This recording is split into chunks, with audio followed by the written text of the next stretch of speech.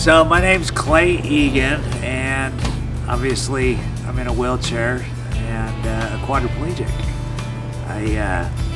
22 years ago, I had a motorcycle accident up in northeastern Utah, and was cruising down the road late one night on a motorcycle and ran into a stray horse. Well, obviously, physically, it changed my life forever. It basically was like an infant in the hospital. I had to relearn to do everything all over again. I mean, my right hand was completely paralyzed. My left hand was, about 75% paralyzed. And so for the first year, I basically had to learn to do everything left-handed. Basically from the beginning, it was just relearning how to use this body that didn't work anymore. I mean, here's the thing. I was so sick in the beginning that it's like, I didn't ever care if I ever walked again. I just wanted to feel better. So I was fed through a tube for like 6 weeks that was through my nose. Even though I was on IVs and my body was hydrated, I was extremely thirsty, and it was so miserable. And so after about 6 or 7 weeks, when things were, finally starting to heal and I was able to start feeling better, then it was just kind of a take the bull by the horns kind of thing. And it's just like, I got to get as strong as I can and work as hard as I can to get back whatever it is that I'm going to get back. And so that's what I did.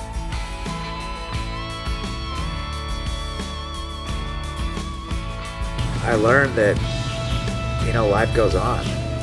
We all have challenges to face in this life, and personal change is probably the hardest thing that we face in life. And sometimes we're faced with that challenge of overcoming something that we didn't want to deal with. It's scary, and that change is painful. But the biggest thing that I've learned is through that change we grow. And some of the most amazing things come out of that overcoming that obstacle, whatever that may be. Almost having your life taken from you, it makes you appreciate things and puts life in a whole new perspective, and I ran with it. I've accomplished more in the 22 years I've been in this chair than most people get to do in a lifetime. The people and the relationships that I've built along the way because of this chair has been the greatest blessing of my life, and I wouldn't trade any of it, for anything. I guess what I've learned most is that when we're faced with adversity, that it all starts right here, and it's up to us to either let that challenge beat us down or to rise above it and do something with it. And from everybody that I've met that's been faced with major challenges, that have overcome them, in a positive way, and grab something positive out of it, that their life has been bettered because of it. And that's what's happened for me.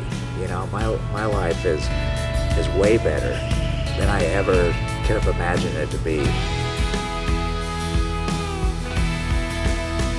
If you could give any advice to somebody maybe going through the struggles of accepting that they are now paralyzed, what advice would you give them?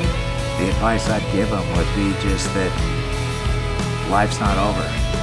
God has a plan for all of us. And a lot of times we don't know what that plan is, but no matter what bad experience we go through in life, there's always something good to come out of it. Just trying to, focus on the positive from whatever it is that you're going through is the most important thing. And I think if you do it, that you'll get through that challenge, and your life will be better because of it. What kind of hobbies have you been able to get involved in?